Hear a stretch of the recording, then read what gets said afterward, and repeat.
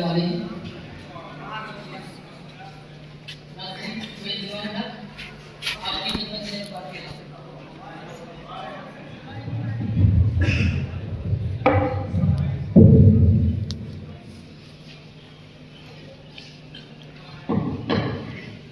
अस्सलाम वालेकुम। मैं इंजिमा हूं, एक बार फिर आपकी खिदमत में हाजिर। हमारे प्रोग्राम में आज के मेहमान हैं मौलवी राजबख्श। इन्होंने अपनी मजहबी तालीम एक नामामूल और सरकार की नज़र में गैर मंजूर शुदा एक मदरसे से मुकम्मल की। उसके बाद एक मशहूर यूनिवर्सिटी से उर्दू अदब में ग्रेजुएशन की। प्लीज बंद रखें इसको, 2 मिनट बंद रखें, बात करिए। मैं कह रहा था, इन्होंने अपनी मजहबी तालीम एक नामालूम और सरकार की नज़र में गैर मंजूर शुदा एक मदरसे से मुकम्मल की। उसके बाद एक मशहूर यूनिवर्सिटी से उर्दू अदब में ग्रेजुएशन की। आपको कहाँ नंबर रखे? हैबिट। क्या है? हैबिट। ठीक है, अब ये काम कर ले, फिर मैं बात करूँ। नहीं आप मुकम्मल कर लें, उसके बाद नहीं, आप पहले मुकम्मल आप कीजिए, फिर आप नहीं करेंगे। जी कीजिए। मैं बात कर रहा हूँ। मैं ये कह रहा था कि इन्होंने अपनी मजहबी तालीम एक नामालूम और सरकार की नज़र में गैर मंजूर शुदा एक मदरसे से मुकम्मल की। उसके बाद एक मशहूर यूनिवर्सिटी से उर्दू अदब में ग्रेजुएशन किया है। शायरी से खासी दिलचस्पी रखते हैं। 5वीं जमात में हमारे रफीक दर्स थे, लेकिन गुसल खाने में नकल के बावजूद फेल हो। देखिए, बदतमीजी से बात मत कीजिए। मेहमान का अच्छे से तारुफ करवाइए। भाई आपने हमें बुलाया है, खुद नहीं आए। देखिए, फेल हो गए, ये कहने के बजाय आप ये कहें कि नाकाम हो गए। कहिए। देखिए, नाराज मत होइए। जो मेयार होता है, उस मेयार को अगर पास कर जाते हैं तो कहते हैं पास कर गए, लेकिन जो उस मेयार में नहीं उतरता उसको कहते हैं फेल हो गया। इसमें क्या है? फिर बदतमीजी कर रहा है। फिर बदतमीजी कर रहा है। क्या कहा आपने? दोबारा तारुफ करवाइए। ये हमारे नए मेहमान मौलवी राजबख्श। इन्होंने अपनी मजहबी तालीम एक नामालूम और सरकार की नज़र में गैर मंजूर शुदा मदरसे से मुकम्मल की। बाद एक मशहूर यूनिवर्सिटी से उर्दू अदब में ग्रेजुएशन किया। शायरी से खासी दिलचस्पी है और 5वीं जमात में हमारे रफीक दर्स भी रह चुके हैं,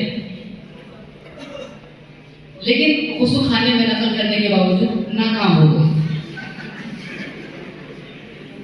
हम इनसे हालात हाजरा और अदबी व इल्मी मौज़ूआत पर गुफ्तगू करें। देखिए, हम हालात हाजिर पर गुफ्तगू कर सकते हैं, हाजरा पर नहीं।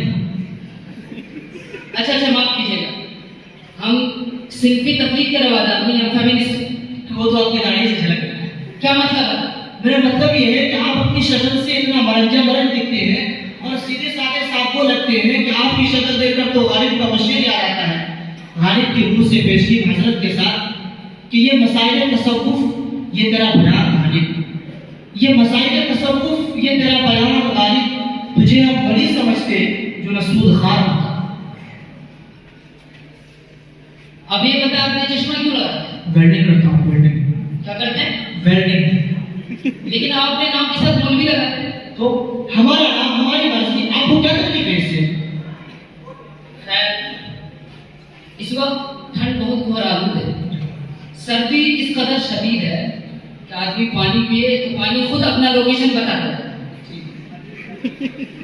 ऐसे सख्त कड़ाके की सर्दी में आपके नहाने का माहौल क्या है?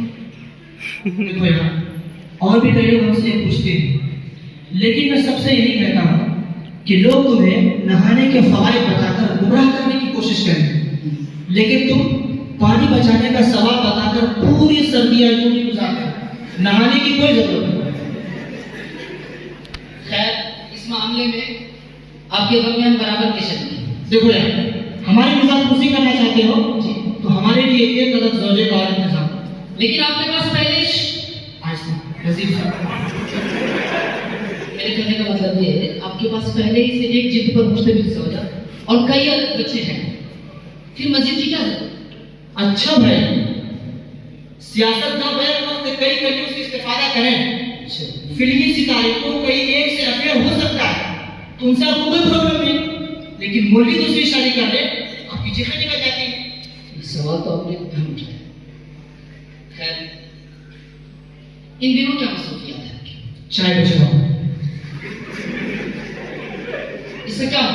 अरे मियाँ, तुमको पता नहीं कि लोग चाय फरोख्त करते करते राज फरोख्त करने लगे। हमारी भी किस्मत खुलेगी और फिर हम भी। दिल नाउम्मीद तो नहीं, नाकाम ही तो है। दिल नाउम्मीद तो नहीं, नाकाम ही तो है। लंबी है उनकी शाम, और शाम ही तो है। खैर, कोई सी नहीं दीजिए अभी। अब ये बताएं कि आपने अदब कर रखा है और इस सिलसिले में काफी शोहरत सुना है आपका, तो कुछ अशार सुनाएंगे? जी मुलाजा करें। शायरे बेनाम का एक शोरे आफाक मिसरा है, इरशाद। कि देख भी लीजिए बात भी कीजिए, देख भी लीजिए बात भी कीजिए, बात भी कीजिए देख भी लीजिए।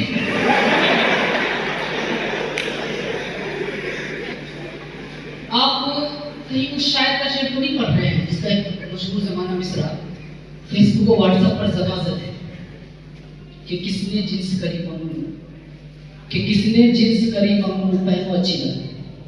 तौबा तौबा, आप इस कदर बदज़ौक़ होंगे हमें पता नहीं। अरे आपने सुनिए मेरा बात, आपने शायरी के नाम पे महफिल को बदबूदार कर दिया। अरे मियाँ, ये जदीद शायरी है, नए उस्लूब में सस्ते आशिकों की सस्ती तर्जमानी करती है। ये आपके बस का रोनिया पहले। खैर, आपकी कोई तस्नीफ मंदिर आप पढ़ाई? हाँ, एक नमौलूद तस्नीफ नोट की शक्ल में मौजूद है। ऐसा लगता है आप किसी मकतबे के मालिक हैं। खुदा, वो तो फरोशी भी एक हुनर है। वैसे हमारे यहाँ नीम जाहिल की किताबें लिख सकते हैं, लेकिन फरोख्त करने के लिए तो सरमायादाराना ज़हनियत की जरूरत पड़ती है। ये सरमायादाराना ज़हनियत क्या है, कुछ वजाहत करेंगे?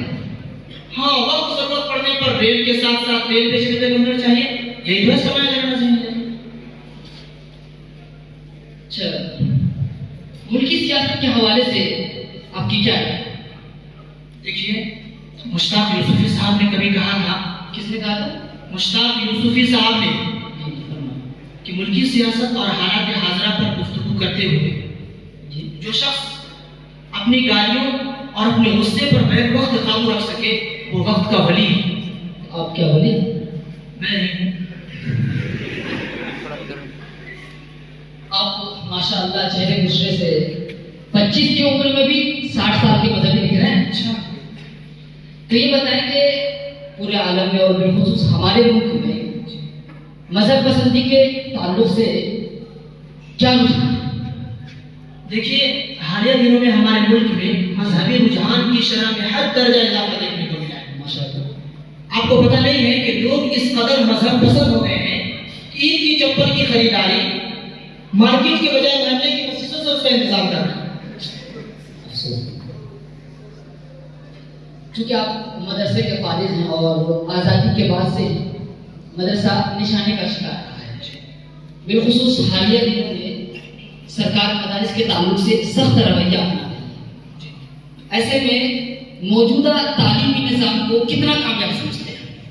देखिए, मौजूदा तालीमी निज़ाम की कामयाबी का अंदाज़ा इससे लगाया जा सकता है कि जितनी बड़ी मिक़दार में सरकारी खिदमतगार और बेगार पैदा हो रहे हैं, उतनी ही बड़ी मिक़दार में मोटिवेशनल स्पीकर भी पैदा हो रहे हैं। मैं समझा कि आपकी बात। ये निज़ामी तालीम का ताल्लुक मोटिवेशनल स्पीकर से कैसा है? आप नहीं समझेंगे, आप नहीं समझेंगे। इन दोनों का आपस में वही ताल्लुक है जो अदाकाराओं का कास्टिंग काउंट से, पुलिस का भूत से, कमिश्नर का कमीशन से और सियासतदानों का बदहलवानी से। खैर, हमारा आखिरी सवाल ये है कि जाते जाते आपकी कोई आखिरी ख्वाहिश? हाँ, मेरी आखिरी ख्वाहिश यही है कि किसी अंग्रेज के हाथ में कोई रसीद हो जिसे उर्दू रस्म खत में पुर करना हो और वो मुझसे आकर दरखास्त करे कि इसे पुर कर दीजिए, वो खुदा मेरे सर से 200 साल तक उतर जाए। ख्वाहिश। खैर, ये थे हमारे उमूमी और 5वीं जमात के खुसूसी रफ़ीक़ दर्स मौलवी इलाही बख्श। हम इन्हें महज़ब लहजे में, आपने देख लिया इनका महज़ब लहजा, हम इन्हें महज़ब लहजे में नक़्द तबसरा करते हुए सुन रहे थे। आज का हमारा ये सफ़र यहीं तक था, फिर मुलाकात होती है अगले सेशन में। जब तक के लिए इजाज़त दीजिए। अस्सलाम वालेकुम।